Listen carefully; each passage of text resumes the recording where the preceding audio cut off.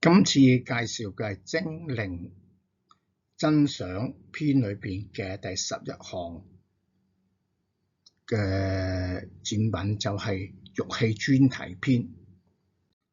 咁而家我哋介紹第一款咧，就係一隻玉做嘅蝦，咁個編號係1022A， 我哋取名叫魚蝦大順。咁通常咧，一般呢啲都係有嚟係啲做生意啊，你哋可以擺喺度，或者掛件，或者做駝件都得嘅。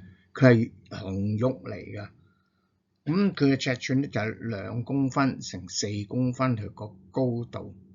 咁啊，玉器咧有定驚安神之作用。圖中呢個係一個玉蝦嘅製作，意預咧大家咧能夠咧收入充足。咁我哋喺呢度咧又睇下，拍咗一段片俾大家欣賞下，好靚嘅個製作，好仔細嘅嚇。咁大家可以要嚟做擺件，或者係做駝件都可以嘅嚇。你睇下係好靚嘅。咁跟住介紹呢件展品咧，就係編號係F1022A， 咁咧係個玉製嘅水壺，講嚟取名嘅叫做水源充足。咁佢咧係2公分乘2.5公分，係佢個高度。咁玉器大家都知道咧有定驚安財啦。咁而家呢個製作咧嘅取意咧喺一個水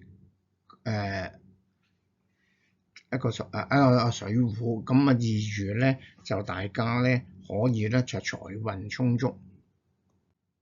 咁我哋亦都睇下呢一件展品裏邊咧，我哋拍咗一個短片俾大家睇下，佢連嗰個上邊嗰個位咧都仲係玉所做，即係話意思佢係一件過做出嚟嘅呢件玉器嚇。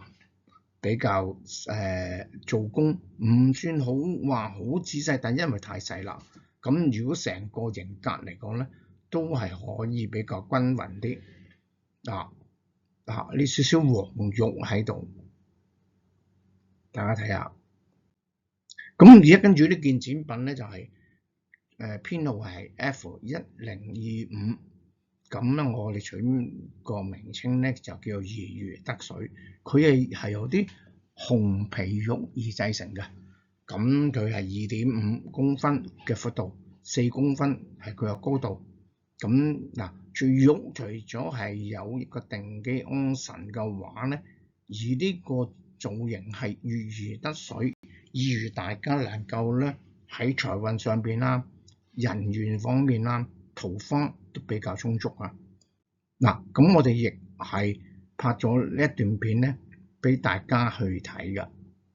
大家睇噶一個玉件，佢係好嗱。雖然嗰條魚唔好話佢話好似唔係好浮凸咁樣，但係佢唔算好厚，而有咁嘅手工咧，就已經係好理想啦。你睇下玉中下邊一個咧，仍然係有點彩嘅，有幾點彩喺度嘅。